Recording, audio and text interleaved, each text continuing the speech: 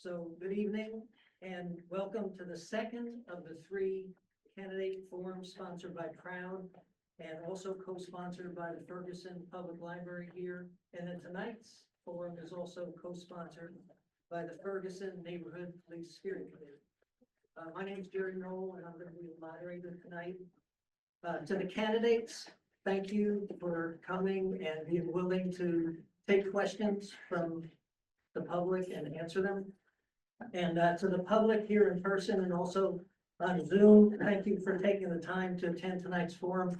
Our hope is that from the forum, you'll be a better educated voter and a more motivated voter to vote. Now, you may notice the candidates are seated by ward tonight. That's a little bit different than last time. We did get some feedback that to do that, so we have. And I'm going to go ahead and introduce them. And as I introduce you, maybe if you just wave your hand so people would know who you are. So at the far table to your left are the candidates for Ward 2. There's Larry Robinette. Say something. When you wave, say something so the owl will see. I'm Larry Robinette. Oh, yeah, we Thank got you, this, Al. Fancy audio visual that focuses on people when they speak. And the other candidate from Ward 2 is Jamil Franklin. Evening. Welcome. In the middle table are the candidates for Ward 3, Lamika Covington. Mika. If Brandon, oh, I thought Fran was here. I'm sorry. Not yet. Is she on the way? Okay. Shows how much attention I was paying. So Fran will show up pretty soon, I assume, yeah. And the table closest to me on your right are the candidates for Ward 1, Mike Palmer Hello. and Henry Iwanafu. Thank you. Did I get Pleasure that to right? be here. Did I get that right, Henry Iwanafu? Shakespeare said what's in the name anyway? The Okay. rules of any color is still the rules. So let's give the candidates a warm round of applause.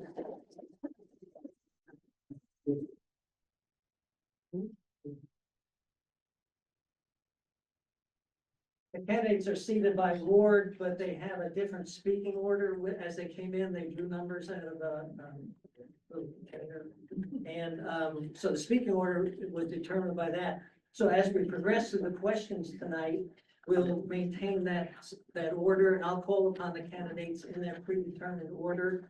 But when we move to the second and the third and the fourth question, we're going to rotate who the first speaker is. So every candidate will have the opportunity to be the first one to respond to a question. And after the first response, then we'll go through the predetermined order. Are there any questions from the candidates on how we're going to run that? Crown's mission is to sponsor opportunities that will encourage Ferguson residents to work together to build a community of harmony and equity within a diverse group of people. Crown encourages people to share ideas and priorities with one another, to develop appreciation and respect for one another. Our events are designed to encourage participation by all members of the Ferguson community, which encompasses a wide spectrum of opinions and political views. Our forums are not debates. They're meant to be conversations. There's no interest in having winners and losers. We want to see good information come out about the community, sharing proposals and visions that could better our community. I want to pause and welcome another candidate, a candidate for Ward 1, Fran Griffin. Say hi. Ward 3. Oh, Ward sorry, 3. Ward 3. Thank you. Thank you. Well, she could run anywhere now. I apologize, Fran. I looked over and I thought everybody was there and started the meeting. False start. So our forums all concentrate on one specific topic, and speakers and questions need to focus on that topic. Tonight's topic is Ferguson's style of community policing effective?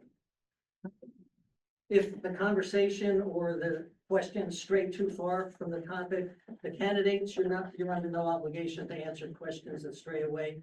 And as moderator, I'm not under any obligation to ask questions that stray far away. So the moderator will control the order of comments from the candidates and from the candidates and from the event attendees. After a short presentation by our subject matter expert, Dr. Christy Griffin here. Each of the candidates will have 5 minutes to discuss their thoughts on tonight's topic. If you want to reintroduce yourself, it's your 5 minutes to speak as you would like. As long as you stay on the topic, you could also reintroduce yourself to people who may not have been here on the first forum. Then the remaining time will be available for questions to the candidates from the public. Candidates are asked to limit their responses to the questions to 2 minutes. We have a timekeeper here, Amy Ragazzo is going to be doing it. She's got the little sign similar to last week. I'll let you know how much time is left. Now, because the Neighborhood Police Steering Committee is a partner and co-sponsor tonight, they submitted some questions beforehand. So at some point, we may make them some of their questions. If anyone in attendance here has, you will give an index cards. If you have any questions, go ahead and fill them out, and there'll be volunteers that'll pick them up. And then I'll read them from the podium. For those attending online, please put your questions in chat. The online moderator will pose your questions to the candidate. Now, along with the index cards, a short survey was distributed also. If you would, please fill out the survey as the evening goes along and hand it in at the end. And we're hoping that that'll help us gauge how successful the forum was on educating voters and motivating voters to get out and vote. Now, the forums will be videotaped, and the videos will be posted to our Proud website and Facebook page. If you notice, one of the cameras here has a 360-degree view. Everyone will show up. There's another camera in the back. I think the NPR folks maybe are filming too, so we may show up on videos that are posted. So just be aware, if you're whispering, that sensitive camera there might focus around on you, okay? We feel like our we feel our proud events are successful because they bring together people of goodwill who can express their views frankly, constructively, and with respect to everyone. To achieve this success, we use the following conversational agreement that we ask all attendees and candidates to adhere to. First, keep your comments specific to the event's topic. Listen carefully, do not interrupt. Disagreeing is okay as long as it is done respectfully.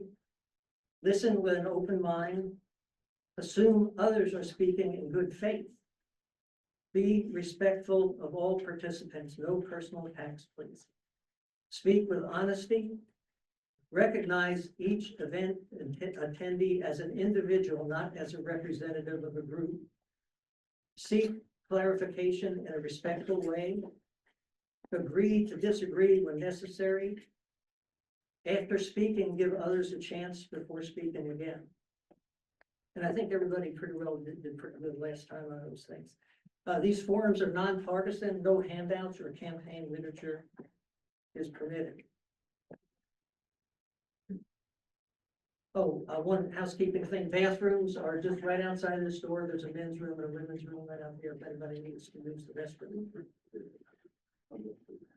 Now, part of the mission statement of the city council, it's on the city webpage, is to set standard of excellence in public service, safety, communication, and a commitment to community-oriented policing.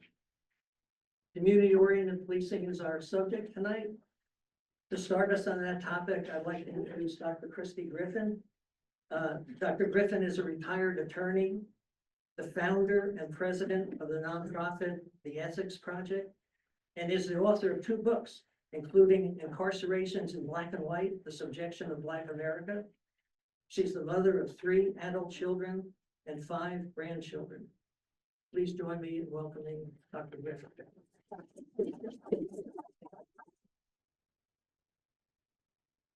Thank you very much. This is my, It is. I'm usually a little far away from it. Just wanted to make sure. Is the audio loud enough for everybody? Are you able to maybe? Does that help? So you're listening to a barefooted speaker. Good afternoon, and thank you all for being here, and thank you for the honor of asking me to come here and speak about community policing. I am not a Ferguson resident, as many people from around the country. Not only was I here very frequently during the Ferguson uprising, but just in general throughout the years, you all are our neighbors, one of our closest neighbors, so I'm somewhat familiar with Ferguson. I practiced law for 23 years, absolutely had no involvement with criminal law at all during those 23 years. However, when I encountered the injustices of our system, decided to found the Ethics Project with the intentions of raising the bar on the ethics of lawyers, prosecutors, and judges. And that is how I kind of question whether or not I'm a subject matter expert on community policing, but it somewhat works with some of the things that I do. As it turned out, how many of you heard or attended the press conference today on the document?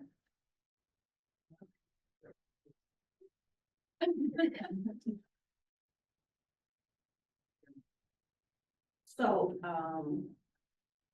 I understand there has been an extensive amount of work, Alan being one that was involved in creating the Ferguson Community Policing document. Is there anyone else here that was involved in creating this document? There was an extensive amount of work. Congratulations. There really was a great deal amount of work that was put into this. It was well thought out. And hopefully it will be adopted by those of you who are elected to the county council, that you will be very supportive of this type of work. It's extremely important that the community be involved in its public safety efforts. And that's pretty much what community policing is. It's self-evidence in the name itself. It's community policing. It involves both law enforcement and the community working together in order to achieve public safety.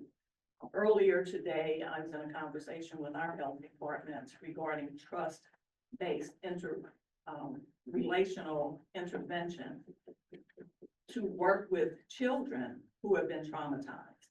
And unfortunately, in this day and age, that pretty much covers all of our children. There's so much going on, particularly with gun violence and politics, and a lot that's going on, domestic violence, abuse, and neglect. Our children either are individually exposed to trauma, or they are attending school or in neighborhoods of children who are exposed to trauma, and that impacts them as well. So it's very important that the community do everything that it can to be involved in this process of, in a sense, policing and keeping the community safe. And that's pretty much what, and please excuse me, and this is more so to Chief Doyle. I've known him for many years and used to calling him Captain Doyle, and I've done it several times today. In the words that he wrote in his letter regarding this document, he talks about the importance of the community working together with the police. And that's really what community policing is. It's as simple as that, even though this document goes into many, many details of the various ways that that will take place. One of the things that he stated is that he believes in a comprehensive philosophy that guides policy and strategy aimed at achieving more effective and efficient crime control, reduces fear of crime, improves quality of life, and improves police service and police legitimacy through a proactive reliance on community resources that seeks to change crime-causing conditions. So this assumes a need for greater accountability for the police, and that accountability, again, comes from the community. If you're not reporting incidences of police misconduct, they're not aware that something needs to be addressed. And so that's one of the ways that you can, as a part of the community, be very integral in keeping the community safe. It takes keeping the police accountable as professionals that are here to keep every resident of the city of Ferguson and visitors into the city of Ferguson safe, and doing it respectfully and professionally in any encounter they have.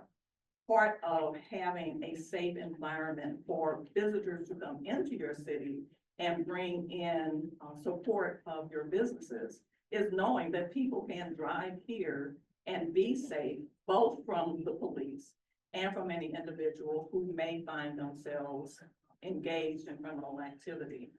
So this is something that, you know, you really want to embrace as the county council and as residents of Ferguson, of understanding and taking an active part in policing. And I encourage you, this is a very lengthy document, but again, it was very thorough, and there is a lot of information there of what is planned and how the community can become involved. And because I know in reality that you probably all will not maybe read the entire document, there are a number of things that I wanted to address that will help derail juvenile crime, which again, what our desire is through the ethics project of bringing the trust-based relational intervention into the St. Louis region, is when you address the underlying problem of traumatized youth, you are getting halfway to ending the problem. I have been in discussions with a number of judges in Mississippi that have been involved in our National Youth Summit, and they have had their entire judiciary and the staff trained in this method, and they've seen a 40% decrease in youth being involved in the justice system. So there are techniques out, there are methods, there are all kinds of studies that can be employed. And so that's one of the ways that you can be proactive in getting to the underlying matter. Because once the police have been involved, there is typically a crime that has been perpetrated, which means there is probably a victim. And we want to eliminate both. We don't just want policing for the sake of catching someone, of locking someone up. You want to prevent the crimes. You want to provide the opportunities that eliminates the anger that might cause crime, the violence, the fighting, the proliferation of guns. All of those things are really in the hands of the community. It gets into the hands of the police when things go wrong. But the community is really the important aspect of diverting that kind of behavior in the first place, and being able to get past the contention, not understanding our youth, not understanding that their brains are not yet fully developed, that the choices that they make are literally directly related to the development of their brains, which is still going on well into their 20s. And people don't like to accept that. You think that surely they knew that was wrong. But if you think back over your own life, and I personally know as teenagers, some of the decisions that we made and some of the things that we did, which we thought were just silly or funny, really could have had very serious circumstances. And I have been in juvenile court as an attorney, listening to some of the accusations of parents and children that have been presented there, and thought back over some of the things that we did in our neighborhood. Never had any evil intent or harmful intent in what we were doing, but they certainly could have had those outcomes. And by being more involved in the community, and again, if you read the document, there are so many ways that they are providing opportunities for you to be involved. They want, the police department itself wants to be involved in the events that you have, so that there is a stronger relationship between the individuals, the community, the residents, and the police officers, so that you get to know who they are. They know who you are, and there's more of a relationship there. One of the things that you know, the very first thing that they talk about is building relationships and trust. And again, just like with trust-based relational intervention, trust is so important. Being able to rely on the individuals who are taking responsibility for your public safety, and that includes the adults in the community. Knowing that those adults that the children are interacting with, the teens are interacting with, and older adults are interacting with, being the example of a caring, legitimate community that they can look up to is very significant in keeping people on the right track, creating opportunities, creating businesses and building those businesses. Keeping your community and your money within your community are things that are important in diverting that crime and therefore keeping your community safer. Their intent is to train their entire command staff and supervisors. And again, in Mississippi with the different program, but training them again has resulted in a significant decrease in crime there. They want to promote and strengthen community partnerships, develop and sustain positive interactions between officers and Ferguson residents. So if you're not having those kinds of positive interactions with the officers, again, that's an opportunity for you to be able to speak up, to contact the police chief, or at least go into, I don't know if Ferguson has an internal affairs, St. Louis County does not have internal affairs per se, but making your voice known. I've talked to a lot of people who have had negative interactions with the police, but will not take the time to report it. One, because they don't believe that there's going to be any kind of action taken against that officer.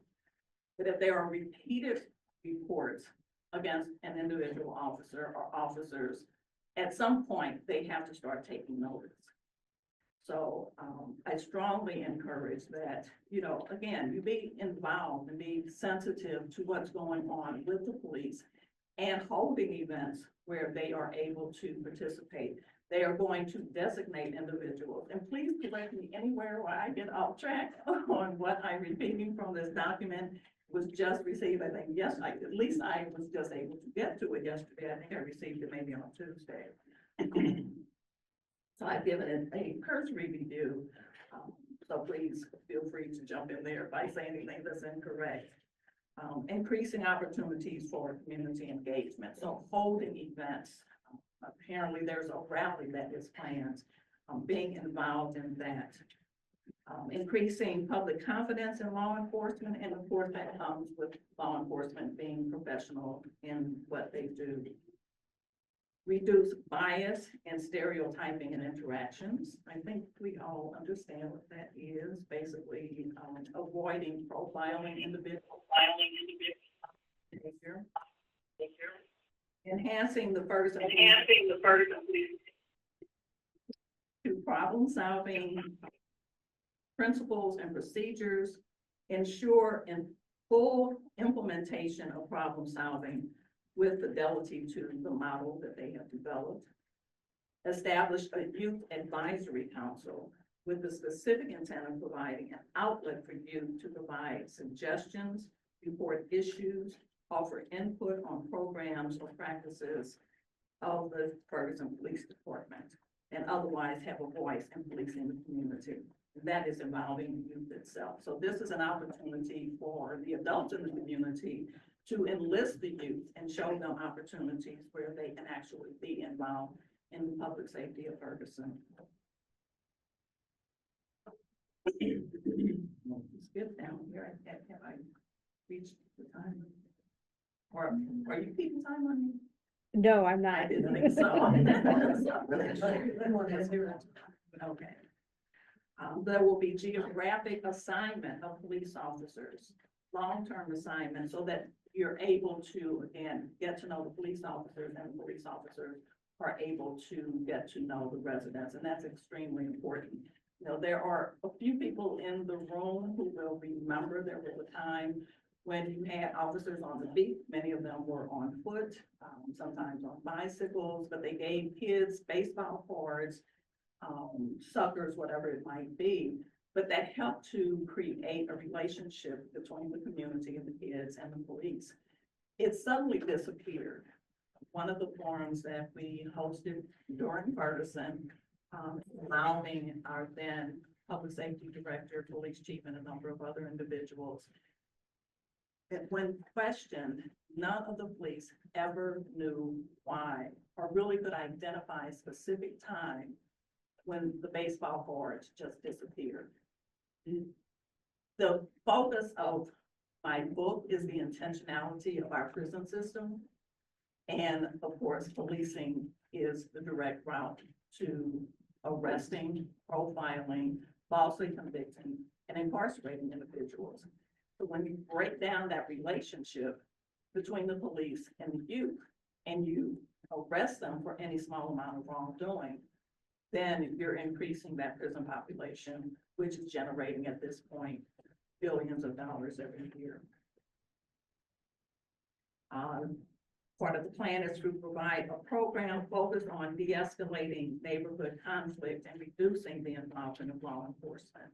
So these are, and again, Alan, please correct me. My assumption is that you are doing things within your neighborhood to de-escalate problems between individuals. And that's some of the things that are being done very effectively, the programs with the Urban League and the City of St. Louis, where they are de-escalating the problem between individuals in your neighborhood.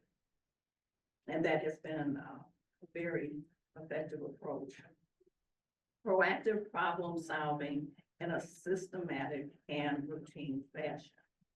Rather than responding to crime only after it occurs, problem-solving policing encourages agencies to proactively develop solutions to the immediate underlying conditions contributing to public safety problems.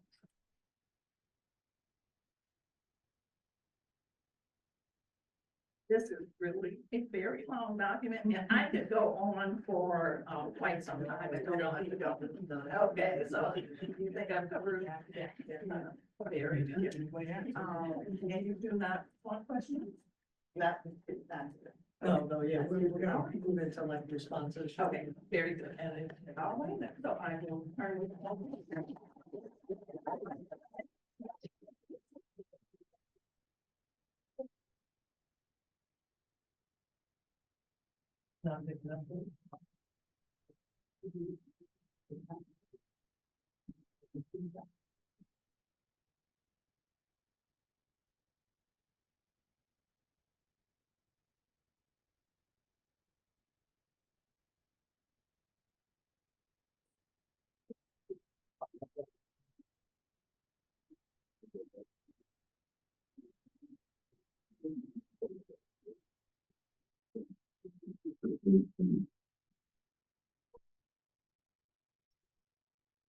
I would just suggesting still, if you come to the podium, to speak louder, because I know that was an issue with the first one, that some people spoke softly.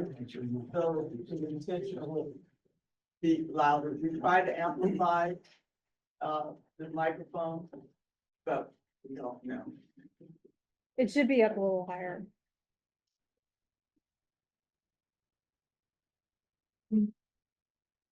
So now we're gonna move into the opening statements. So each candidate would have 5 minutes to speak about what Dr. Griffin talked about community policing in general, with your views on it. If you want to reintroduce yourself, the 5 minutes are yours to do what you'd like. We chose the speaking order before. So the first one to speak is Lavita.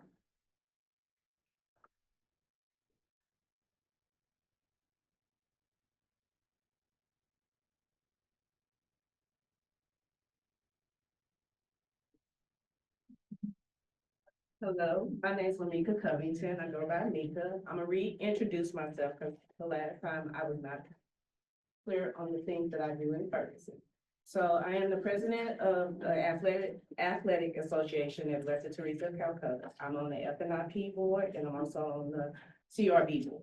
I'm running for councilperson for Ward 3. I was also told that I need to talk a little bit longer. I'm not a talker, I'm a doer. So I'm gonna try to do this 5 minutes at the best of my ability. So, getting to the question, I did read the document. I don't sleep a lot, so I did read the whole document. I also had the pleasure of talking to one of the police officers about the plan.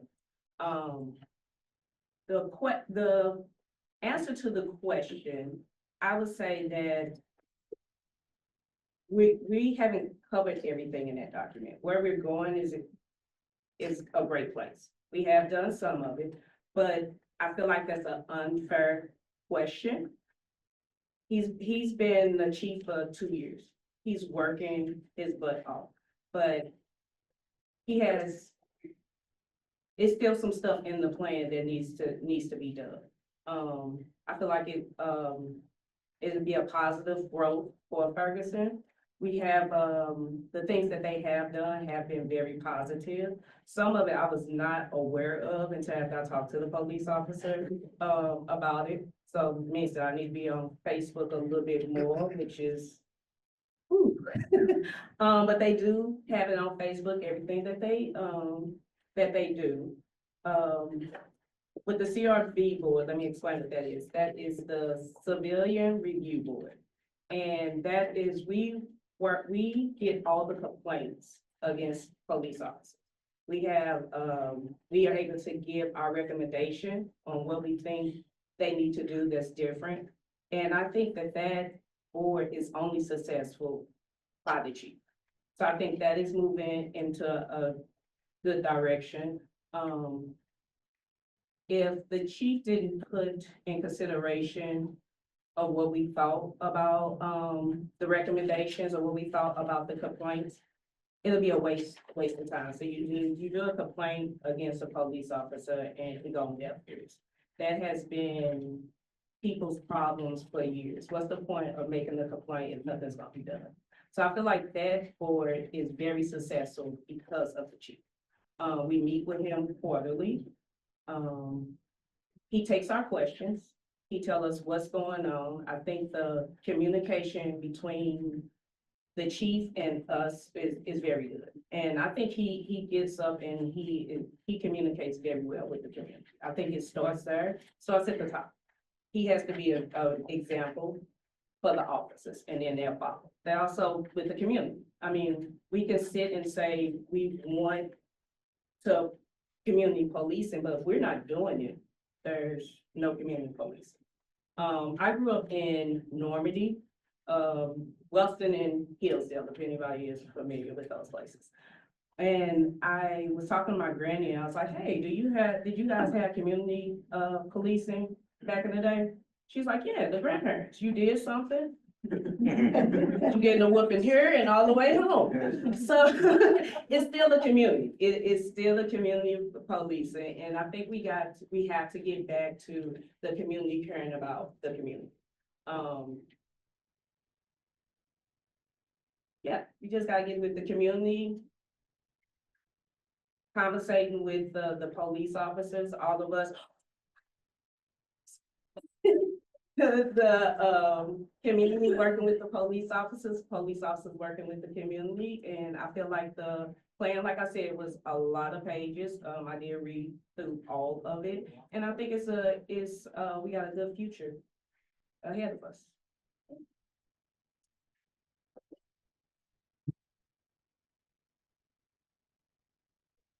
Our second speaker will be Mike.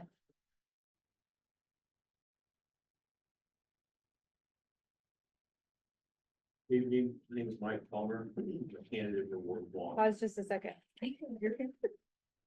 Want to make sure everybody can hear you. We're not professionals here, unfortunately. There we go. Good. We should be.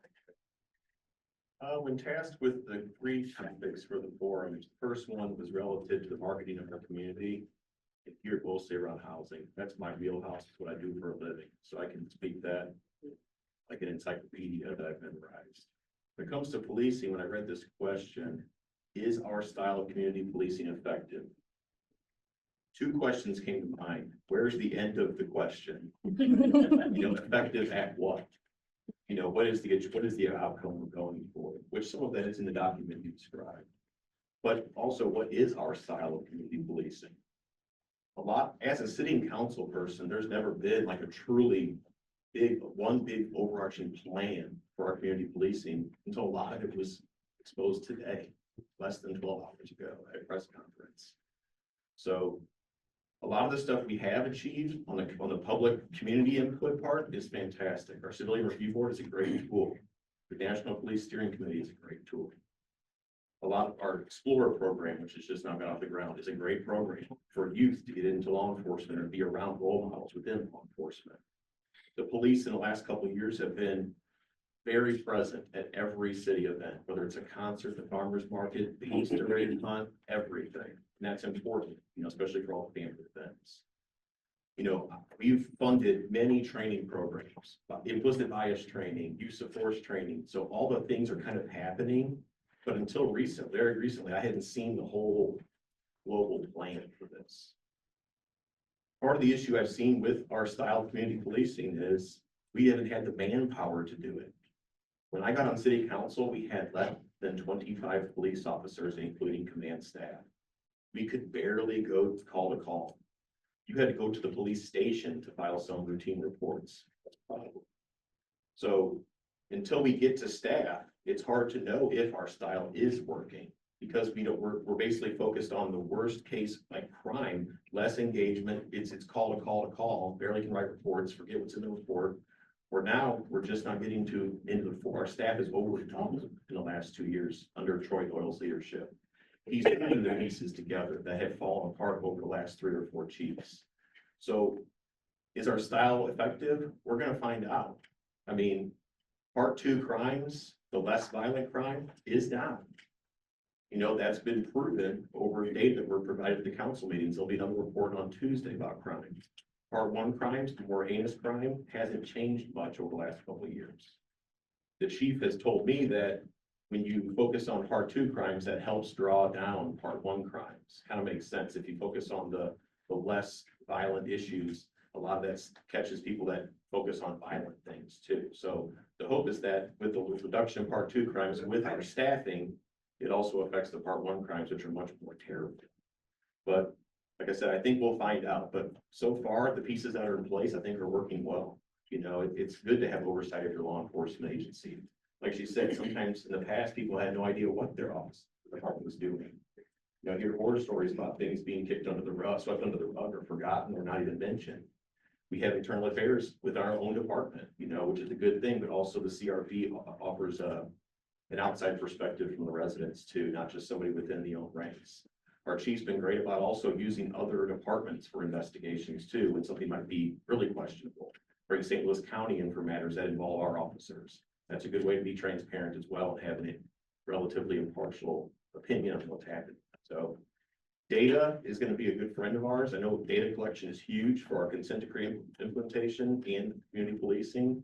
So not just the crime, but also what we're doing to engage the community and then see what's working and what's not. Because if certain policies to do engagement with the community aren't working, we should probably reallocate those resources to something else that's more effective. Because it'd be great to have an officer on every corner at all times who's trained in everything that a social worker is, EMS. You know, police officers are expected to do insurmountable tasks at times under the worst of conditions. But the more training we can get them, the better. It'd be unrealistic to think that we can have an officer trained in every single thing on every single corner, every single moment of the day. We have limited financial resources to pay for those things. So we'll find out if it's working, but I think we're going in the right direction.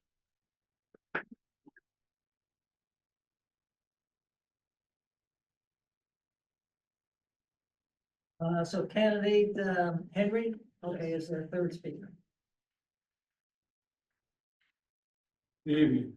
It's a pleasure to be here again, and I'm going to reintroduce myself to those who do not know me and those who have told the story. Henry 104, I'm a resident of Ward 1. I'm here to represent the interests of Ward 1. I've been a city council member in another community, and I've been a chairman or a mayor, whatever term you call, for decades. In the 80s, I was a law enforcement officer. Corona took me away from my business, made me a law enforcement officer. I currently work for the county juvenile. And I brought props because being a former teacher, I bring my props around to talk about. Fortunately for me, some of the people that knew me, I didn't know they were gonna be there, but it was good. This young lady got me into law school. And I was trying to get into law school. She said, meet me there the next day. Got there. And the journey was a long, different story. But tonight, I want to talk about what was said about me. That I was the most dangerous man in Ferguson. I take that name real clear. I am the most dangerous man if you want to push back. You want to steal, rob from Ferguson, I'm dangerous. If you want to move us forward, I'm not. The post this is what was sent out to all of them. That I was involved in a $90,000 missing from Uplands Park, embezzle, that's what they said. If I did that, the FBI would have locked me up. They also said that majority of the Upland city of Uplands Park dissolved it. Uplands Park is still there. They gave me an award by North County Police Department gave me an award last year for all the works that I've been doing. But those are the stories that they're telling me because they're afraid of doing what I would like for us to do. I'm willing to declare my assets. What does that mean? I'm willing to show you where I got my money from. Let my opponent and his sidekick tell you where they got their money. Now, to tell you the story of community policing. Community policing started in 1892 by a British guy called Peel, because he felt that just simple enforcing law, because he got that long before that, just simply enforcing law doesn't make it, because people went to the king and said, King, the law is this and that. If somebody was trying to kill me and I'll kill my wife and I'll kill them, wouldn't that have a defense, fairness, equity? The king thought about it and said, well, I'm going to create a court called the Court of Chancery. That court is circuit court today, court of equity. Equity is, you can't treat everybody the same. Because you have a short person, they may need a table to climb up. You have a tall person, that like she took her shoe off and the mic wasn't difficult to get to. So community policing takes into account the community that you live in. And the first time the police officer meets you is when you are fighting with, most of the cases, domestic case. You're fighting with your wife or your husband. You're angry. He doesn't know you, he's putting a handcuff on you. But if the community policing is done the way I think this city is currently moving, not because the Justice Department made you do it, it's something we should be doing. And I'm running today to ask you, is it not our job as city council members to tell the police department what to do? It's not our job to tell this city manager what to do. It's us to make the rules. And if they don't obey the rules that we made, that's when they say they serve at the pleasure of the council. Our attorney serves at the pleasure of the council. If enough members come together and say, hey, we don't like what you're doing, you're out of here. So tonight, we're gonna have that conversation. I'm gonna tell you my role as a city, if you elect me, and I want you all to think about this. You're not voting for me, you're voting for yourself. We saw what happened in Washington, D.C. Make America great. America is great now. Tonight, just before I came here, is Council and Department of Education in a country where 42% of our citizens don't know how to read and write. So now, if you vote for somebody because they say, oh, I got the city money and put it in my pocket and build my own homes instead of yours, good luck. We will find out after April 9th. I want you to go home and think about it. Are you voting to move Ferguson forward, or are you voting to keep Ferguson backwards? And people say, oh, you've been here for 40 years. I've been in this country for 45 years. And I don't have to live here long enough to find out, to bring out change. Thank you. Thank you.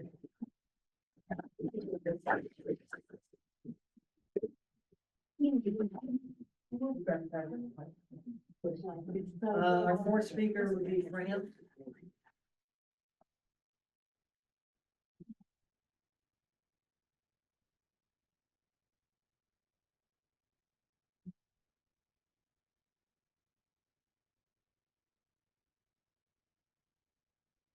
evening, everyone. Good evening. My name is Frank Griffin, and I'm running for city council for the third ward for the city of Ferguson. I'm here today to talk about community. Could you speak up a little bit? It's hard for him to hear, hitting the mic, so can you hear me now? A little bit. The mic. Yeah, please. Speak louder. Is that better? You can speak louder. Is that better? Yes, please. Right. Good job. Is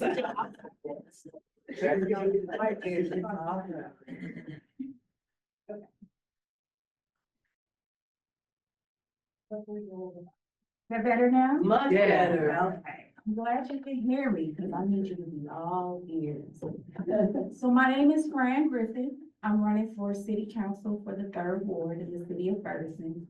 I've been a resident of the city of Ferguson for the last 20 years. I purchased my house when I was 24.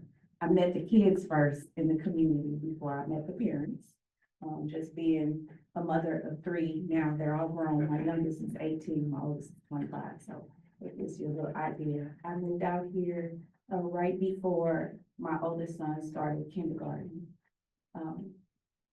And I got to know, like I said, I got to know the kids before I got to know the adults. I met them first, in my yard, matter of fact. They decided to come over. I've got a pretty large field next to my house, land that I own.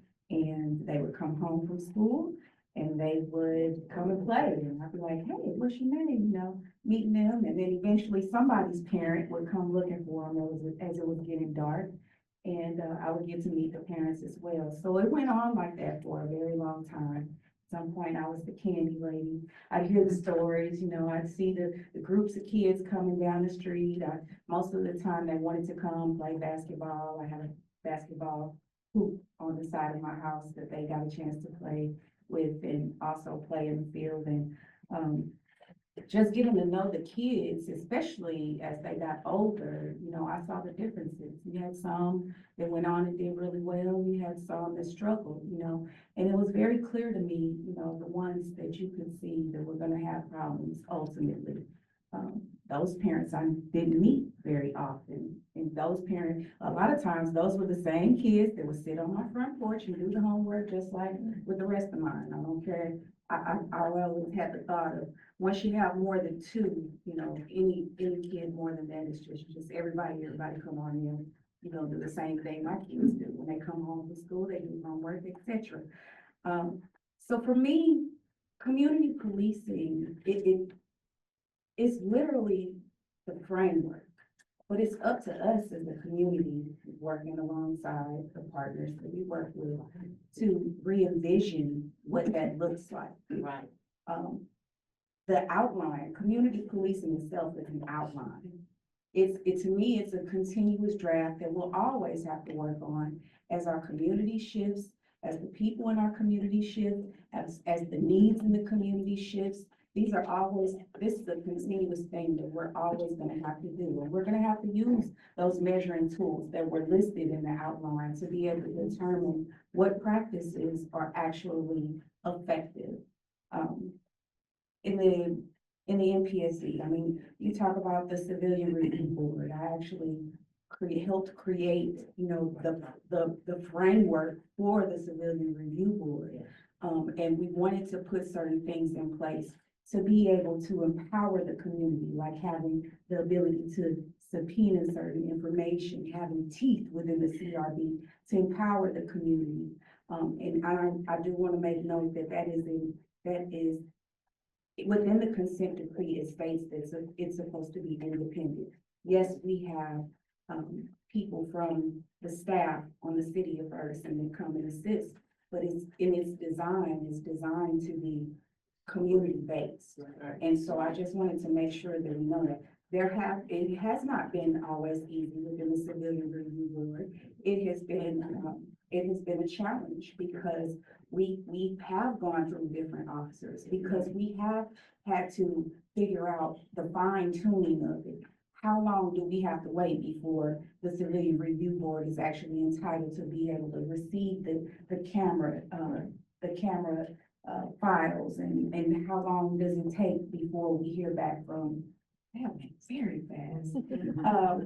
But I would just say this, I'm looking forward to speaking with all of you all. I want you to use your imagination. We have put within the MPSC, we were able to put on meetings about re-envisioning what public safety looks like. And that's what this community policing policy is all about. It's a framework, it's a guideline for us to be able to use. But it's also gonna require every last one of you in this room, as well as thinking outside the box on things that we can do to help improve our community safety. Thank you.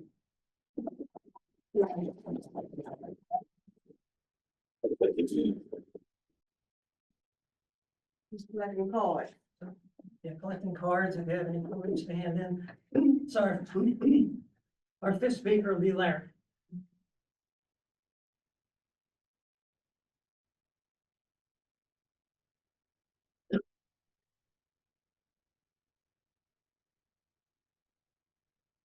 Good evening, everyone. Good evening. I'm Larry Robinette. I'm running for Ward 2, City Council. And when I also looked at the question tonight and thought about the effectiveness of our community policing and had several of the same questions that you've already heard from a couple of the candidates. I do, however, want to tie some things into the program that I read through the program today and attended the press conference as well. Going back 15 years ago, when we were starting the community garden, was my first introduction to community policing in Ferguson, right? I saw in a very neglected part of Ferguson, down right against the Kinlock border is where we started the garden at. And we used to see the police come down there, they would stop and put the bicycle chains back on the bicycles for the kids, right? They would play basketball with the basketball goal that was sitting on the edge of the street. They would also bring their own children to the community garden work days and get their service hours working in the community garden with us, developing plants, putting in the beds, doing a lot of the things that were there. And it was to the point where when the police car would turn and head up Mueller Avenue down there heading toward Earth Dance, which has a farm right at the top end of that, you would see the kids come out of their yards toward the police car. Haven't seen that for a long time. I haven't seen that for a very long time. So do I believe in community policing and that it can be effective and that it's an excellent tool? Absolutely. I've seen it firsthand. What does it take to bring that back? So reading through the document that was put out today and attending the press conference, I see some things in there that were around in the community policing program 15 years ago when Ferguson had one in place. And I think it is an excellent start to being able to bring that back. To get that level of police interaction with the community, especially with the children in the community, not neglecting the adults, but I think you got to start there. I think the rewards that will come from that are tremendous, right? I think we've already started, even though we didn't have a formal community policing program named on paper out there, the Explorer program that we put in place to introduce young kids to the possibility of being in the police force or any kind of law enforcement, that was an excellent step forward. And I applaud Chief Doyle as well as NPSC, anybody else that was associated with putting that together. I think it's a wonderful step in the right direction, and I think it'll make a difference in the years to come. We have to kick this off somewhere. I think we've started on a very good foot. Looking through the program, there are some other things in there that I'm really happy to say that I see. One is Chief Doyle was really adamant today about it not being the police's, the department's program. It's the community's program. I keep knocking this one out of the way. And so his goal was really to try to ensure that everybody in the community had a stake in this community policing program. And I think that's very important, right? I don't think the police can do this on their own. I think community has to care about community in order for this to be successful. If we don't step up and do our part with the police force, then I think what we're going to see is a failure of the program. So my challenge to every one of you and to myself is to make sure that we're a part of the program as it starts to roll out. As you see it starting to turn into action, particularly with our police officers, make sure that we're doing our part as a community and helping make it a success. Thank you.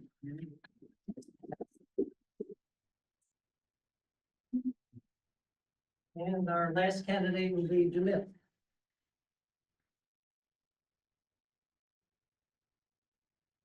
Good evening. Can everybody hear me okay? Yes. Okay. So I'm Jamil Franklin. I'm running for City Council Ward 2 here in Ferguson. I've been here roughly 9 years. Actually moved here. Actually got married in my backyard back in 2016, 17, I'm not sure. It feels like a lifetime.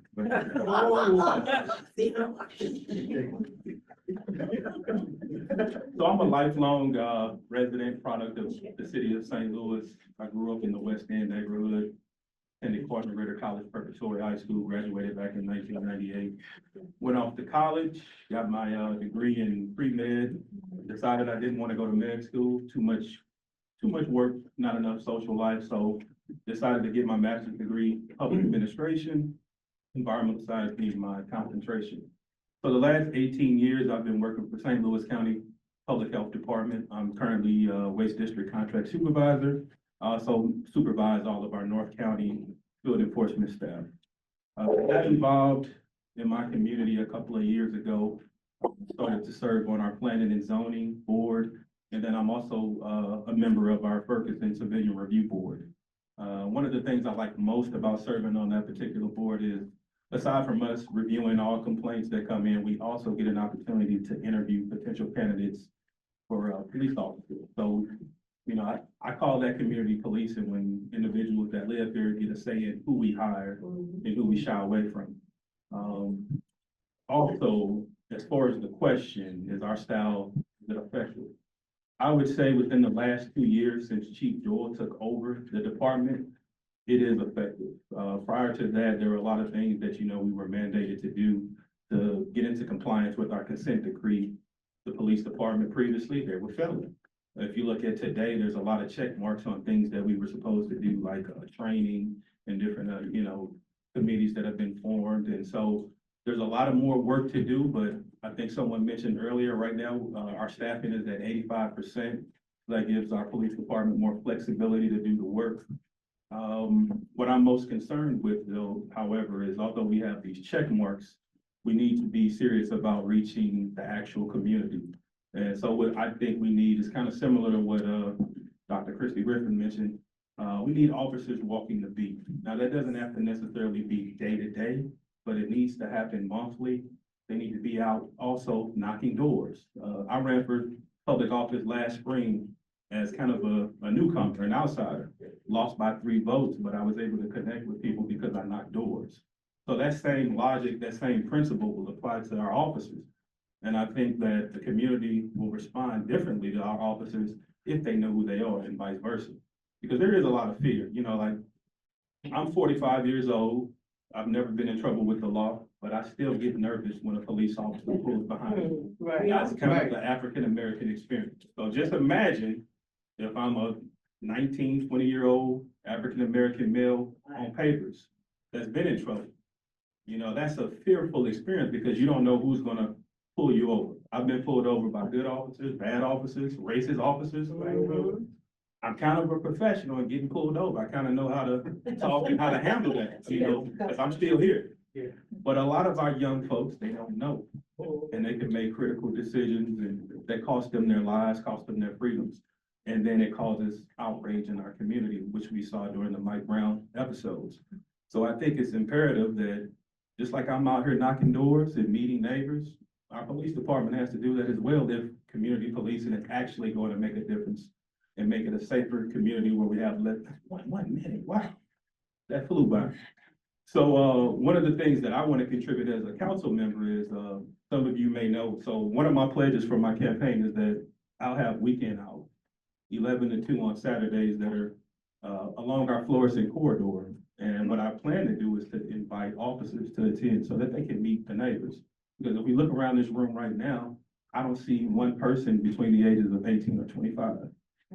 And those are the ones, the younger, that are getting into trouble, to get into issues. And so we gotta reach our youth because they're the future and they're gonna determine where our city goes and where it grows. So, thank you. Thank you.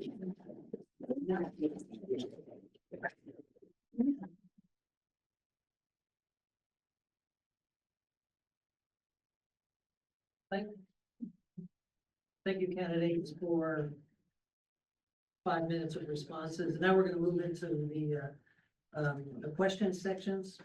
So on these questions, we'll consider in the same order, and, but the first person that will be answering, we're gonna move, so Mike, you'll be the first one to respond, and then we'll go through the same sequence.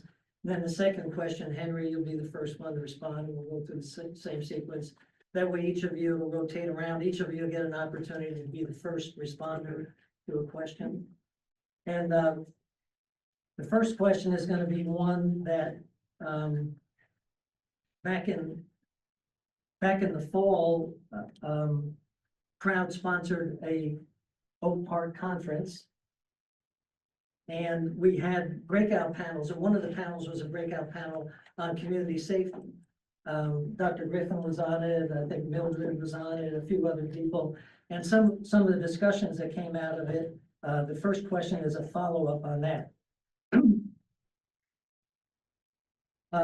City policy provides an incentive of $300 a month to any FPD officer who lives in Ferguson. So currently 3 do. In your view, what role, if any, does residency play in community policing? How important do you feel that is? And is the current incentive of $300 a month adequate to attract officers to live here? Is the incentive adequate enough? You said it was pay. No, the incentive, the $300 a month, not related to their actual pay, but the incentive to attract them to live here. Is that adequate? The resident incentive, I think, is a good thing. I would like to see it on parity with all departments, not just the PD. Currently, the PD gets 300. Other employees such as firefighters or streets get 100. I think it's important for all city employees if they desire to live in the city, because they'll have more pride in where they work, not just a bunch of time clock and head across the river wherever they live. It might be due for an increase. That's something that we'd look to as far as a budget. But years back, 10, 20 years ago, we had a lot of resident officers, and they actually had take-home cars. And that was a very helpful thing too, because they would park their cars in a visible place. Very common was Craig Redkey's car on Hudson Road. You know, people you'd see that car and you'd think, oh, there's Craig. Is he in the car or not? He used to pull people over off duty, I think, one time actually, or maybe just getting on duty. You know, and hey, quit speeding on the street. I live over here. I got kids, you know. You didn't give a ticket or anything, but a warning. But it's definitely important to have police officers living within your community. But you have to have a community where police officers want to live and feel safe to live too. You know, an officer has a duty to their family first and getting home first too. A duty to themselves and their family. So I do think it would be good to address the residency incentive. I don't know if another $100 would make a big difference. Maybe that's a poll we do with the department. What stops you as an officer from wanting to live in the community you work? Maybe that would be the way we go, to see if there's other incentives we can do, such as a take-home car or anything else that might incentivize them to want to live in Ferguson. And I think we might have more than 3 now that live in the city. I think we might have got 1 more now, so there might be 4 or 5, but years back, I just asked. years back, there used to be, years back, there used to be a dozen or more that lived in the city, and that was a good thing. And they lived pretty much all over the city, it seemed like, so, thank you. Thank you. Henry, you're next. Yeah, I'm in agreement with Mike in terms of, except for a couple of things that were different, but I think it's imperative that the officers live where they work. It makes it easier when you talk about knowing your neighbor. Your neighbor is a police officer. You know him or her on a personal level. They know what's going on in your house, you know what's going on. So when they show up at your door, they're not showing up as people showing up with guns and blazes. The only problem I have, the city council is cutting the budget for training and, you know, taking away the tools that the police officer need to be able to do their work.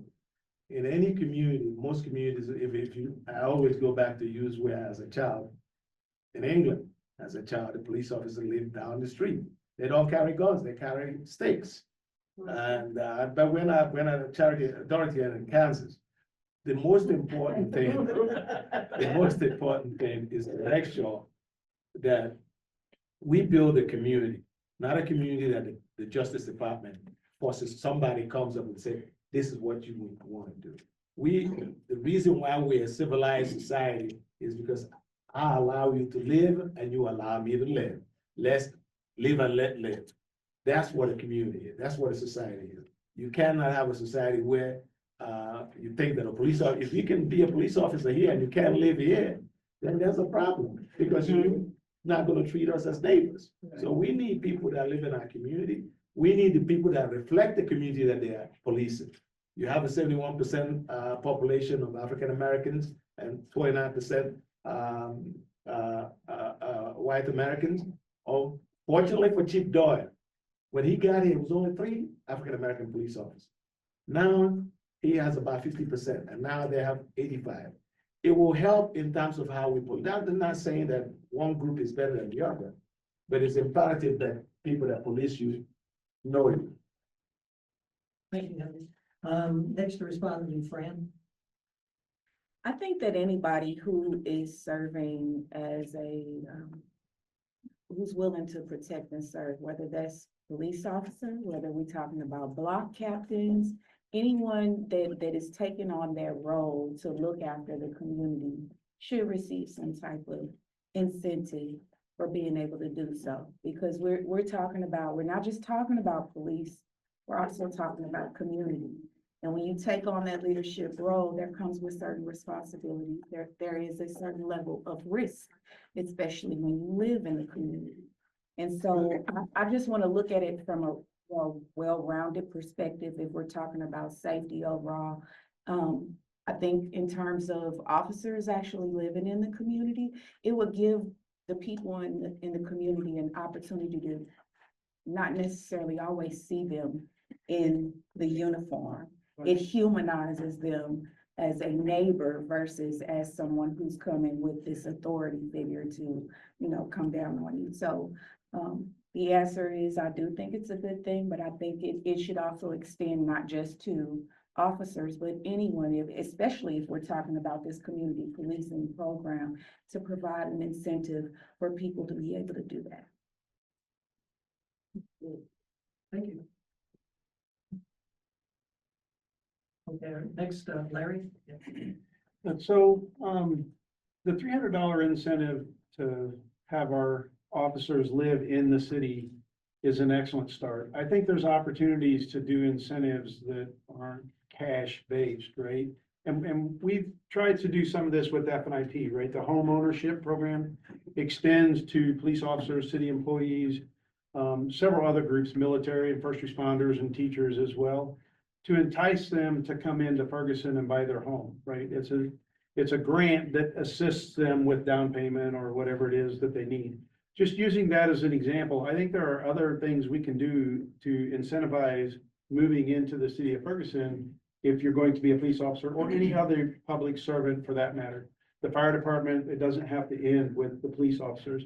I think the opportunity to do something like that is what I would like to see explored as a part of making it. I often used to think that there should be a residency requirement actually to come in, but that's a really difficult thing to enforce.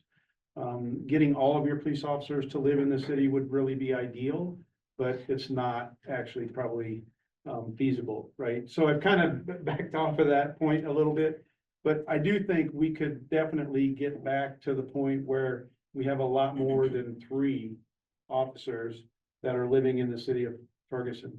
I agree with the point that Fran made, right? It basically gives everybody an opportunity to see those people doing public service outside of their uniform, which helps with community policing and incentivizes them to become friends without the uniform coming down the street in a car. Thank you. Thank you. And Jamil. So I think it definitely is a bonus having law enforcement living in the community. And as far as our $300 incentive, it's a good start, as you said. And I think there's other avenues that we can explore. Just like right now, we could offer student loan forgiveness for our officers as another incentive for them to potentially live in the city. But then I also think about why stop at Ferguson? You know, North County is a region. You know, we're not in a bubble. We've got Berkeley, Calverton Park, Kenlock, Dalewood, et cetera, on our borders. And so what affects them affects Ferguson. So let's partner with these other entities, these other police departments to say, hey, you know, we want to increase our monetary, you know, incentive to our officers, but how about you kick in as well? And so now it's not, hey, you've got to live in the city limits of Ferguson. You can live in Dalewood, you can live in Calverton Park, and you can qualify for a larger incentive that these cities that partner together, we all kick in and share the burden of making sure that we've got officers in our community. I personally have lived in a community where there was a law enforcement officer that lived in my apartment complex, and one night, you know, I guess I thought I was law enforcement. I stopped somebody from tearing somebody's car up, and, you know, it was scary because it was a woman, and it was a white woman. But thankfully, my neighbor was an officer, and he came out and, you know, he saved me from getting into trouble, even though I was doing the right thing as a good Samaritan. So it's definitely an added benefit in the community when there's a strong law enforcement presence living there. Thank you. Ramika, you're last here. I know, and they like got all the good answers. I know. Okay, so I do know the 3 officers that live in Ferguson. I like seeing them with their uniform on. I like seeing them at Vincenzo's having dinner. But I think this is a question to ask the police officers. What would make you want to live in Ferguson? We can sit here and assume that it's the $300, that is this, is that. Find out what they want. What made them apply to work in Ferguson? What would make them want to stay in Ferguson? And see what they say and see if we can work with it. And that is all I have. Thank you. Before we move on to the next question, I just wanted to say that I appreciate all the answers here. We've heard several different ideas on things that could be done. And that's the point of these forums, a lot is to generate ideas and discussion, and within the community, possibly move in different directions. So thank all the candidates for that. So this next question, Henry, you're going to be the first responder. And this is from the audience here. How will you, as a council representative for your ward, engage the residents to ensure that the Ferguson Community Policing Plan is effective? Well, I think as a representative of Ward 1, my interest is to making sure that the police department have all the information at the residents meeting, that for example, Forest Wood have a meeting. I would like to see them present and tell them what's going on and how they can be reached, and how they can train the residents, and how they can gather information about the needs of the community that they're serving, and how that can be translated into the community policing. I started initially by saying that 1829, Mr. Peel talked about this in England because of what they were seeing in terms of how people are being treated. The law is very strong, and so that people and everybody's not the same. So you're gonna have to find a way to accommodate your people, and the police officer also needs to get home at the end of the day. It doesn't have to be a situation where they're running down and they get shot and killed, or they kill somebody. It has to be a situation where they also learn how to de-escalate, learning what de-escalates the community that they're in. You cannot de-escalate in every situation, but most situations you can do that. So getting them to interact with my community, doing some social promotion in terms of doing basketball or card or training with the young people, and getting them to understand that the police officer is sometimes your friend. Like we used, when I was growing up, they told us a police officer is your friend. So hopefully that's how I can do that. Thank you.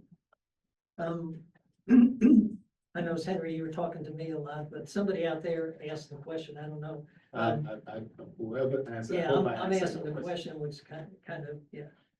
You don't need to direct the answers towards me at all. Does anybody want to volunteer and say, I asked the question?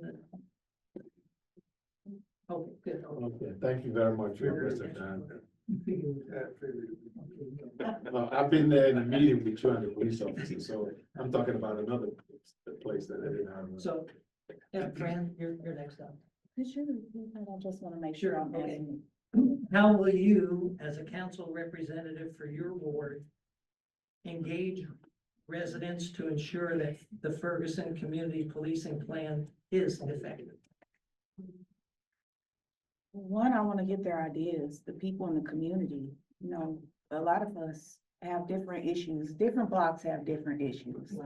And so, you know, often when we go and talk to our neighbors, they give us an idea of what needs to be done. And they'll tell us what the problem is. I've tried to do X, Y, and Z, and this was the problem.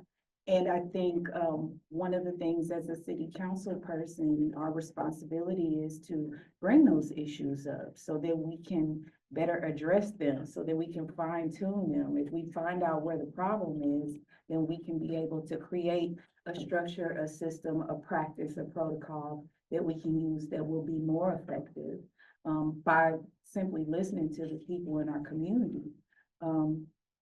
I would also say that I would make it easier for them to be able to do certain things in terms of city council, the city website and things of that nature, making sure that they have access to the meetings that are coming up. For instance, like we get new neighbors all the time. They'll need to know who their block captain is. They should receive that contact information upon them getting an occupancy permit, so that they know, you know, they start getting ingrained in the process, in the framework that we've provided for this particular community policing policy.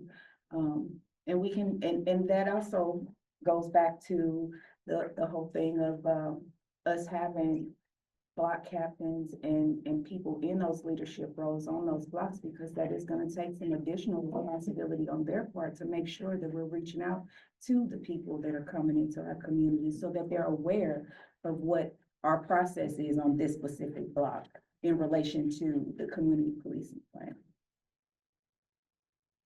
Thank you. Larry, you're next. So, interesting, because we were actually having this conversation today, right? Jerry and Adrian and, sorry, Don Stevens. Didn't mean to draw a blank there, but if I look back to the strong days of the community organizations that were in Ferguson, when most of the community organizations were having meetings monthly or at least every other month, had a strong communication link with the police. There was usually a police officer at the meetings. That was the part of the meeting. You could have an hour-long meeting and half of it would be dedicated to the residents having their complaints, questions, whatever, directed at the police, right? We have a couple of strong organizations going today, but most of them meet occasionally or not at all, right? I think getting those voices back in and having a police officer as a regular attendee to the community organizations is a big step in having the community give their voices in. A lot of people come to those meetings.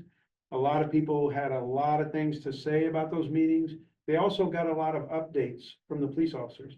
And it was, again, another opportunity to see the police officers not in their car, not on the street, not handing out a ticket or doing something else, right? They got to ask them questions, put them on the spot, and a lot of them brought something to the table that you would have not otherwise seen.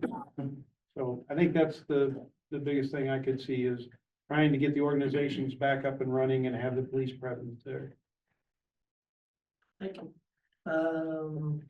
Camille, you're up. Okay. So I see things a little differently. I think that we have, as a council member, I would go to where the people are. So instead of expecting them to come to a meeting, like we all go to meetings and we see the same people at the same meeting, I want to bring the meeting or the fellowship to the neighborhoods where the people are. So one of the things I would want to do, not just for, as a councilman, I would want to do what I call walk-in talks. And this is where myself, other council members, our PD, and then the other departments at the city, we target neighborhoods and we walk those neighborhoods and we knock doors and we introduce ourselves and city services to those individuals who don't go to council meetings, who don't come to candidate forums, who are basically just not involved because they're busy living life. So I think that's a good way to connect those resources, is going to those neighborhoods where people don't know who we are, you know, whether we've been here 40 years or 2 years, they don't know who we are.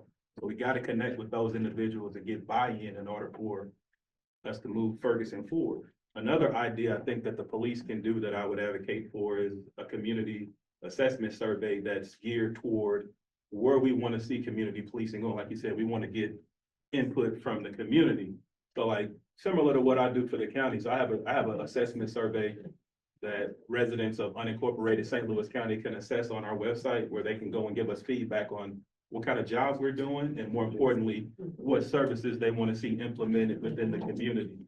So I think that's a good tool that we can utilize with our police department. And then also what I mentioned earlier during my opening, making myself accessible within the community. So I want to move my meetings on Saturdays from different spots up and down our Ferguson, Florissant Road corridor. Yummy Nutrition is one of my favorite spots. Just plug you. And so I want to have people to come out and fellowship and patronize our small businesses to make sure that, you know, it's, okay. Thank you. 2 minutes. Lamika, you're. Okay, so I agree with Fran and Jamil that it's communication. You have to bring it to the community. So you have to get out there, you have to go to people. You are seeing the same people at every meeting, at every council meeting. Some of it is posted on Facebook, everybody's not on Facebook. So you have to get out there, you gotta talk to people, bring it to their homes or to where they are on the weekends. So I think communicating maybe without Facebook would probably be my go-to. Cause like I said, I'm on Facebook, but I don't know everything that's going on, and I'm living life. So I think going to where people are and knocking on the doors and introducing a police officer to them, or going to where they have Sunday breakfast at, or, you know, going to the community. Thank you. And Mike, you're. Engaging residents to do a lot of things can be challenging. Participation in neighborhood associations that we've heard has fell off. There used to be 12 or 13 associations. One of the most important functions of government is budget. When we have budget meetings, 1 or 2 people show up, maybe. The budget is a 600-page document, give or take 50 pages. Engaging residents to understand our style of policing will be helpful to get input and also suggestions and more like a positive loop feedback. But the key is, how do we do that? And as a council person, we would need to budget in the budget ways to get the word out, whether it's mailing a Cliff's Notes version of that document, because most people aren't going to read that entire document that was produced by the chief. They have a very brief attention span. They have life to live.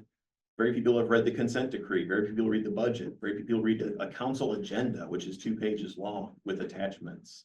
So a condensed version of what we're trying to do as a police department would be helpful for residents to understand. Then they also can see that we're working to try to make things better for them.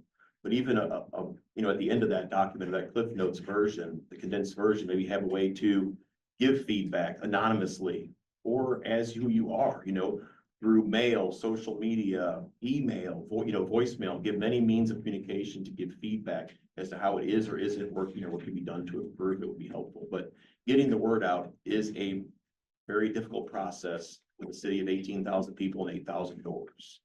And there's not enough people in this room to knock on every door without consuming about 2 months of your time. So it's just getting the word out. It's very challenging when it comes to anything. So just bringing the awareness to it, and as a council person, budgeting and funding initiatives to get the word out and get feedback. Thank you. Thank you. Okay, we're gonna move on to the next question. And this one, Fran, you're first up now. Okay. Are you going to encourage neighborhood watch groups? And I believe neighborhood watch groups was part of the engagement plan, possibly, right? The question was just pretty simple. Are you going to encourage neighborhood watch groups? That was me. Okay. Well, what I found is when you go door to door and you're talking to the neighbors, you've always got at least one person on the block that's gonna tell you everything that's going on the block. Those are our block captains. I mean, I think for me, it's just identifying what already exists in terms of the streets that where, you know, it's pretty quiet and things of that nature, then just fine tuning and really getting to know, you know, because ultimately it's gonna be up to the residents themselves to take on a responsibility like that. And they have to know what they're dealing with. And so I want to make sure that I'm respecting everyone. And their understanding of the crime that they have going on, if there is any on their block, I want to make sure that, because I think it's a good thing to have. I think it's definitely a good thing to have, but I also want to respect the people that actually live on the street as well, because, you know, it's not always easy being that one to be like, hey, this is going on and this is going on, and I'm asking you, well, I want you, be just for the purposes of abiding by policy, I'm going to push the issue of someone taking that position, being that person to tell everybody what's going on the block. It's not something that I would feel comfortable with if the environment is unsafe.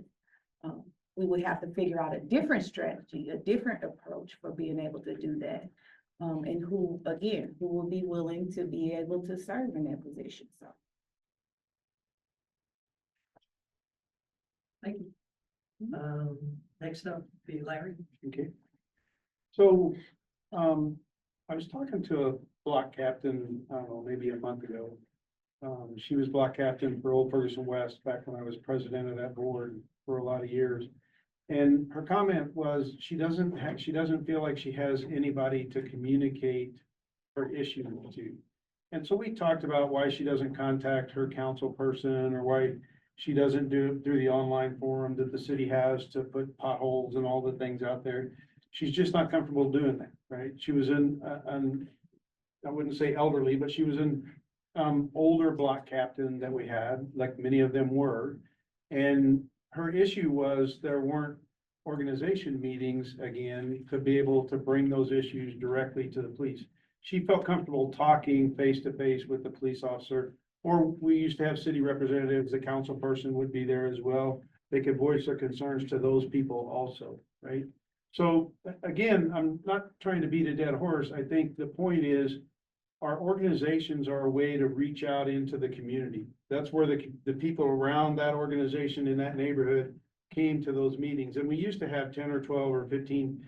At Old Ferguson West, we would have 20 or 25 at the meeting.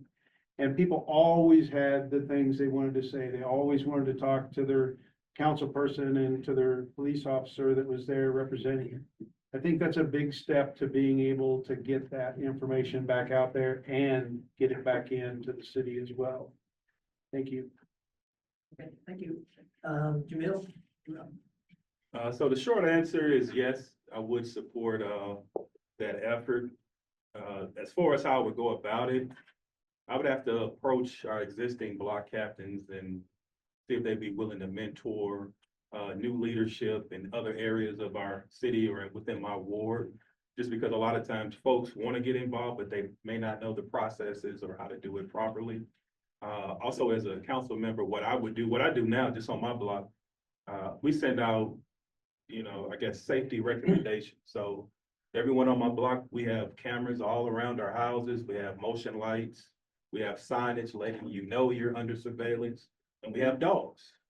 And so, thankfully, knock on wood, I've been here 9 years and our property's never been, violated, no break-ins, not even my detached garage. And so I think we have to educate one another on how to be vigilant as a city to make ourselves, less marketable to potential criminal activity, people wanting to burglarize dark, areas that are not well lit. But yeah, that's a huge undertaking. It's not an easy solution. It's going to take time. And personally, I also think a lot of it deals with home ownership as well. Where you have a home ownership, you tend to have more people actively involved just in all things within their community because they're less transient, they're more stable. So Sure.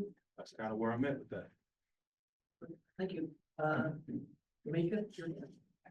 So I would say yes, but I do think it would be a hard thing for certain areas.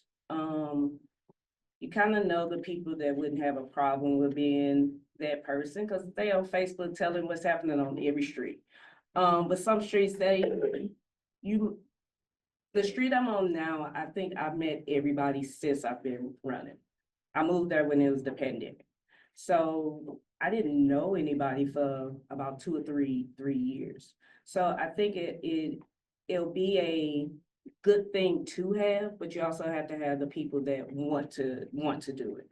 Some people are nervous about telling on the person that's a block away or, you know, the stuff that goes on the street. So you would have to find somebody that got a backbone, feel safe with being that block person, and also don't mind going to meet that new neighbor that moved in and be like, hey, I'm this person. And I've been on 2 streets before I bought my home that when I moved in, somebody did come and introduce themselves. That, you know, that's gonna be the person that's gonna be looking at your house and letting you know if your kid is snuck out the back door. So I think it's just that communication, that person you would have to find. But yes, I think it'll be a great thing. Thank you. Mike? As a child, I remember neighborhood watch was a thing, but all I knew of it as a child was the sign on the pole when I rode my bicycle by. It didn't mean much to me as a kid. I would imagine it's some sort of a national organization or some sort of an organization that has training to train people within a very specific, you know, like how the Urban League does the block captain type. It's a probably more modern approach to neighborhood watch. I think any eyes and ears, especially volunteer eyes and ears, is a good thing as long as they have the proper training. So I don't see it would hurt to try something like that. I imagine it's not very cost prohibitive. One caveat might be that the areas most in need will have lack of interest due to a variety of reasons, just lack of engagement, they're busy, or, you know, snitches get stitches. You know, that's a real thing. You know, there's parts of Ferguson where when gunshots go off, people don't even call the police anymore. That's a problem. You know, I've always told people, you know, if you see something, say something. That's how neighborhoods really make big differences. Because, you know, I heard a story once about somebody driving down the street in on Larkin, and they saw an unusual person who they'd never seen before at a house walking out of the front door with a briefcase or a suitcase. They called police. Police showed up. That person was robbing that person, putting their stuff in their suitcase and walking out of their house. They said they thought 3 times before they called the police. The police actually apprehended that subject. So I was driving up Darst and saw people inside a house that I've never seen people in a decade. And I called police. And the police didn't apprehend those suspects then, but they got them the next day. So if you see something, say something, and if neighborhood watch groups are the way to do that, if there's a formal process to get concerns, not in real time, but maybe at the end of a watch or a walk, and get that emailed to the proper channels, it might be a very good resource because then you can implement code violation type stuff to code, police stuff to police, or even, you know, public works type stuff, you know, pothole, it could be something as simple as potholes, trees, any of that. Thank you. And Henry, you'll wrap it up on this question. Yes. I think one of the things, the reason why some of the things we're describing is not working is that they vote for us, they elect us. The only time we see them is when we knock on the door. And they don't see us again until we come back. So people have what is called voter apathy. There's no need to go and do this and do that. The people we elected because they expect you to solve the problem. So how do you change this conversation? You set up the meetings. You go to your setup because, oh, the city councilman or the congressman or the senator is coming. People go to those meetings. They have questions they want to ask you. And then you start engaging them. We have a national night out, and city council members shouldn't be refusing to meet with the Urban League, which has happened in this case.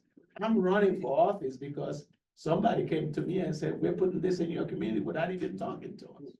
When I went down to some of these meetings, they said, well, I tell them, I'm gonna be here every night when you have a meeting. Well, our last councilman, the only time he came here was the last time, this Ward 1. It's the last time he came to get his vote. So to change this dynamics, what you have to do is you have to get involved. The founding fathers felt that politics should be very close down local. You should be able to talk to your city councilman, why we don't have snow removed? Why is the police officer doing this? Why is it? And they can get some answers to you. Until we, charity begins at home, do that, we can't blame people. People are not so busy that they cannot even take 5 minutes to tell you what's happening in their neighborhood. The idea that we live in a so much violent place, I moved here. I left another neighborhood and bought a house here because I love Ferguson. It's safe. I hate when we keep talking about it like it's in New York or Harlem or some other place. Ferguson crime rate is down. Crime rate is down all over the country. Thank you. The next question, Larry, you're gonna be first up on this next question. And if you remember earlier, I mentioned that the NPSC was a co-sponsor of tonight's forum. And the NPSC, they give input from a community perspective to the Ferguson Police Department on training plans and policies that support community-oriented policing. They provided valuable input on the plan that was just released this morning at a press conference. If you're interested in learning more about it, there's flyers outside on near the exit. But here's a question that was submitted by the NPSC. The NPSC was mandated by the consent decree. But someday Ferguson will no longer be under a consent decree. We all hope, right? What role do you see for the NPSC after the consent decree is gone in FPD's efforts towards community-oriented policing? So that question's been around a couple of times, right? I think I could best answer that with the direction that Chief Doyle was putting out there today, right? Even when the consent decree is gone, a lot of the things that we have in place here at Ferguson are working, right? The CRB, there's no reason that has to disappear with the consent decree. The police steering committee, there's no reason that has to disappear with the consent decree. Those things have been found to add a lot of value, and our own police chief is sitting here telling you those things.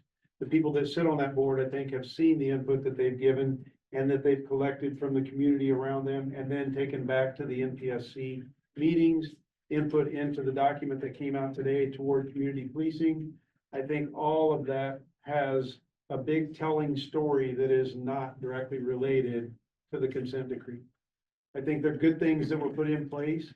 The consent decree might have been what made them happen, but I think having them continue on, if and when we ever get out from under a consent decree, is a wonderful thing to do, and I would applaud keeping that moving forward. Thank you. Thank you. Jamil? So, once we reach compliance, there's still an additional 2 years where we'll be monitored and supervised to make sure that we maintain compliance. So I would say at the end of that 2-year window, we keep things rolling. Like if it's working, if it's productive, if we see that based off of data, then we keep it in place and maybe we tweak it based off of evidence-based results in our city and other places. So I don't see a need for us to, do away. I think it's always a positive when you're proactive in your approach to all things. So like my opponent said, I would keep it going. Thank you. You agree with that? We do. Okay, so I agree with both of you guys.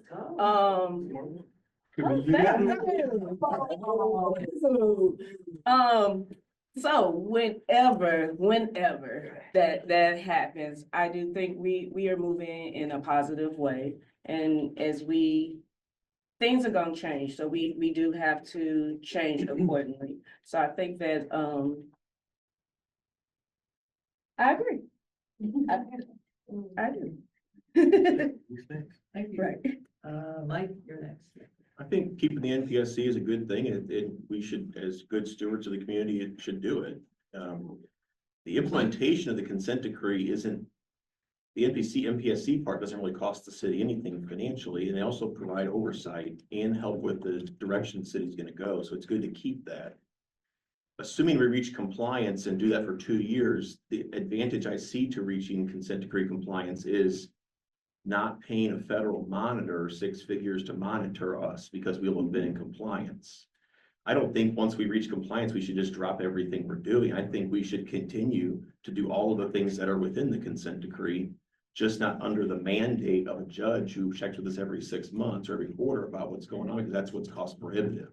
The consultants and the attorneys are what's cost prohibitive. It's not the implementation portion of it. So once we reach compliance, the budgetary constraints of consent decree go down drastically. Where keeping the NPSC and the CRB is a no-brainer. I don't see why we would ever get rid of those, because it's additional oversight for the department going forward. Thank you. Thank you. Henry? Well, I think that, a lot of people really, when they hear the term consent decree, the terms kind of swear them, what is it, they putting pressure on us. If we were doing things right in the first way, somebody else wouldn't be coming in to tell us what to do. That's what consent decree, somebody's telling you what to do. So what we need to do is to continue doing the right thing from the beginning. Once this is over, we continue to do it. It becomes a culture of our police department, a culture of our city. Rather than waiting for another, I'm working for the family court.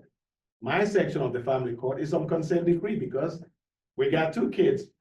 The population of African Americans in St. Louis County is very small compared to the population of white Americans in St. Louis County. But majority of the kids locked up, that come in, a white kid will come in, he leaves the next day. Black kid will come in, stay 6 months, 2 months. The court came in and said, there's something wrong with this process. We're still trying to, now, we turn around and say, hey, well, we don't have enough staff, that's why we're doing it. But that's not enough staff. Some of it may be training, to train the evaluation when the kid comes in.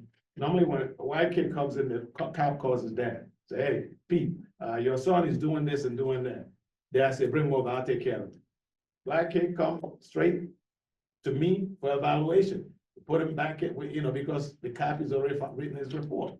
We need to take into consideration what Ms. Griffin said here with regards to evaluating the data that we have. Kids between the age of 0 to 26, your brain, or 25, your brain is still developing. Some of those things, we live in a society where all your goods and services are purchased in the store. To buy something, you need money. To get it, you need skills. To get the skills, you need training. If you don't have it, where do you think you're gonna get it? You steal, you rob, and do whatever you can. So we need to take those into consideration when we make our decision. I believe that we should continue to keep the consent and keep the effects of the consent decree even after it's over. Thank you. Fran? I have had the pleasure of being a member of the NPSC since its conception. I've also had the pleasure of serving as facilitator for the NPSC and then also supporting the NPSC once I became city council member to make sure that their voices were being heard and to also make sure that I'm supporting their efforts to stay in alignment with the consent decree.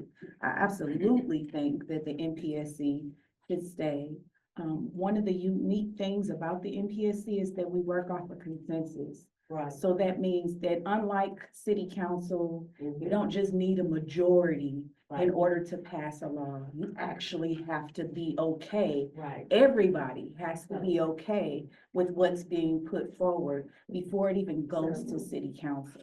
And I think that's unique because it makes us have those hard conversations about the impacts that it'll have in our community, the impacts that those recommendations that we have on bills will have in our community. Same thing with the CRB. I will also take it a step further and say that we need to put it in policy because the MPSC is also independent.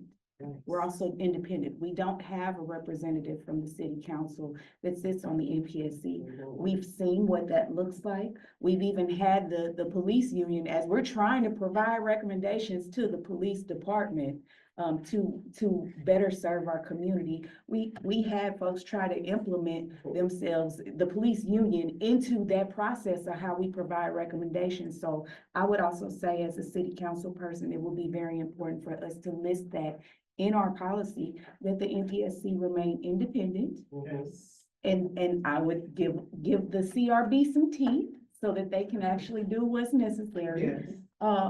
And yeah, that's what I think. Thank you. I think we still have time for another question, maybe? One more question, Okay, and then we'll have that's to gonna wrap be it. an online question. Well, actually, we've asked them to type it in the chat and I have no questions in the chat at this time. Okay, so I've got another question here. So Jamil, you'll be first. So this will be the last question because the library is gonna close. Make it an easy one.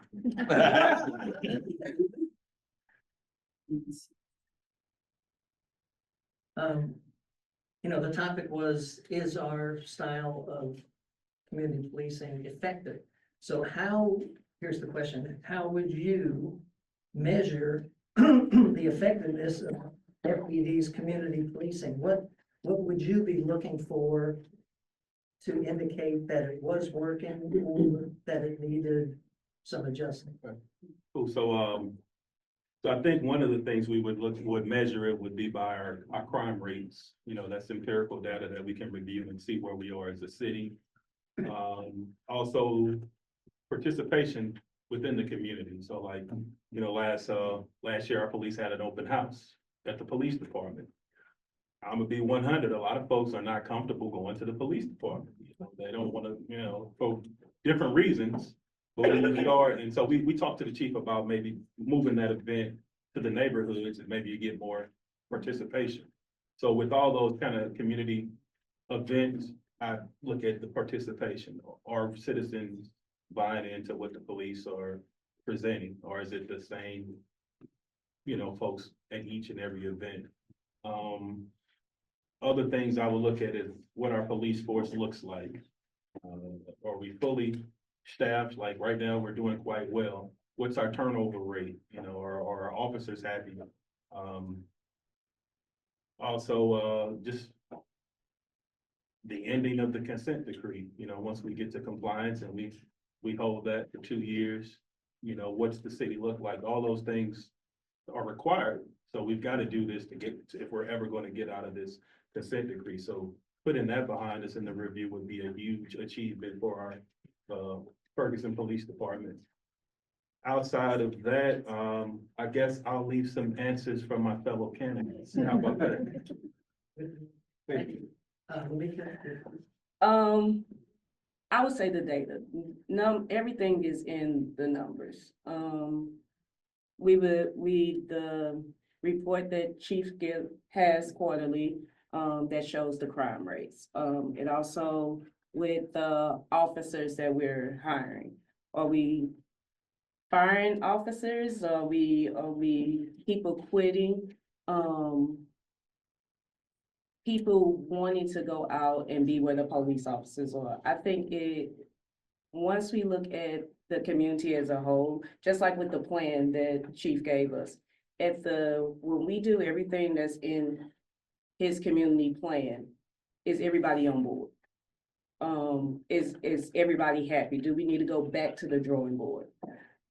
So I think that when we look at, as example, the community, policing plan, when we check all those boxes that he said he wants to do, is it people showing up? Are the residents happy? Or do we still have a lot of complaints? Do we need to change things? So that's what I have. Thank you. Mike? It takes a lot of groups to make a community policing program effective. So I think it's important to, maybe not on an annual basis, because it would be quite cumbersome to do, but maybe every 3 or 4 years or 5 years, something similar to like our boundary commission. The mayor appoints a boundary commission to deal with the census data to redistrict areas based on population. We do that every 10 years. Maybe we should do this more frequently, but we need to evaluate our policing. But you need to get all the stakeholders because everybody has a different perspective. You know, the CRB has a perspective. You know, they're involved with, you know, investigating use of force incidents, policies, so on and so forth. They have one perspective that's worth looking into. The police officers themselves have a perspective we need to look into. Is our style of policing allowing them to do their job and feel like they're doing a good job. Management of the police department, the upper level management that aren't the boots on the ground, they have an opinion too. But then also the residents have an opinion. So you have all the different perspectives. You have the residents who have expectations of what we're supposed to see. You have the officers that have to do it, the leaders of the officers who have to manage the people who are implementing it. Then also you have the CRB, which is the higher level group of residents that are evaluating the daily activities of the department. I think getting all those opinions together separately, but then combining them with a group of people every 4, 5, 6 years would be a good thing, because then it could help craft the direction to get the NPSC back involved. Do we need to change things? Do we need to refocus our efforts here? Where are we suffering or not doing very well? That'd be a good way to kind of keep your community policing policy evolving. It's a living document. It's always changing. You know, nothing is the same 5 years ago as it is in 5 years from now. Thank you. Can you repeat the question again? Oh, okay. How will you measure the effectiveness of FPV's community policing? And what would you be looking for to indicate that it was working or that it needed adjusting? Well, I think that data is important, but there is a human face of data.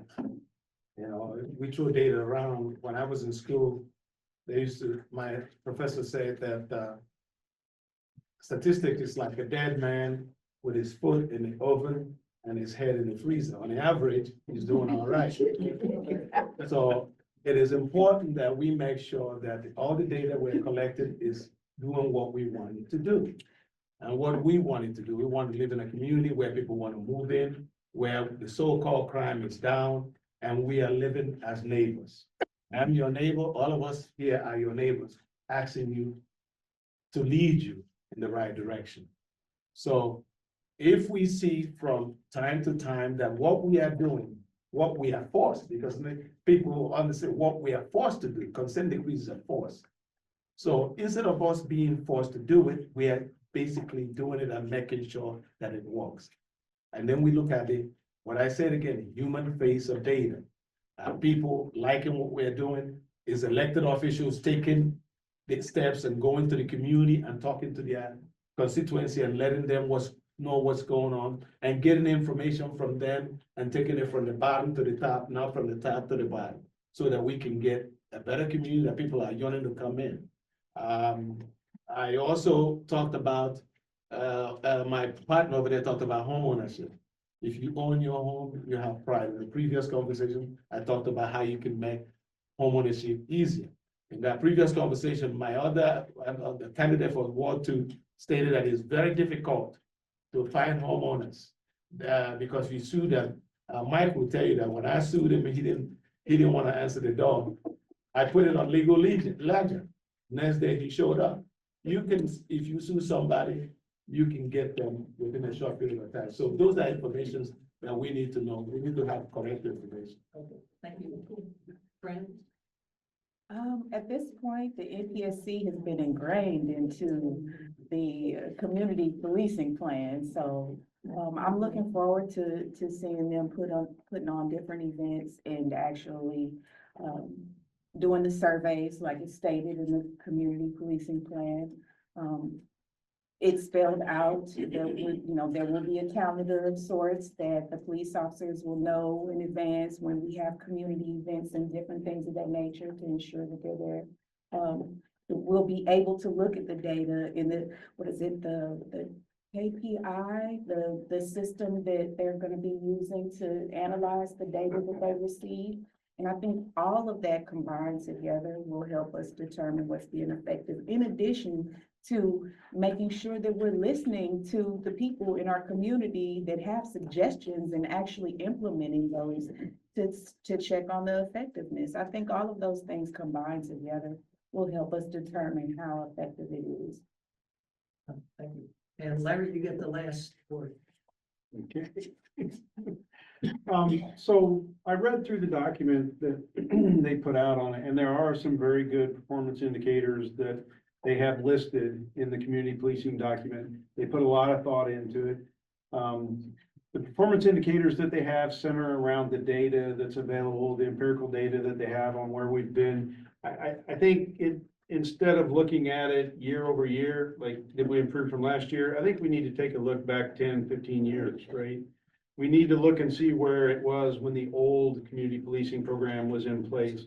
Agreed, Mr. Palmer pointed out, it's not the same after 5 years, but I think if you're going to have a KPI that looks consistently at just what happened last year, it's not a good measure, right? We need to take a glance back a little bit farther and see if we're making any strides and improvements up to where we get to the point that, we can say the performance data is telling us, yes, it's working. But a bigger indicator that it's working to me is, and you will know it, the people in the community, right? Not everybody's gonna be happy with the community policing program. There's always dissenters on everything that you have out there. But if the majority of the community feels like they know the police officer that's got that area assigned to them, if they know that when there's a problem, they can go to the police officer with something that's good and they're not gonna be in trouble and they don't have to be afraid, then I think they've accomplished what they set out to do. Then I think the community policing program is doing its job. Thank you. Thank you. And that's a wrap. Thank you for the audience for coming. Let's give a round of applause.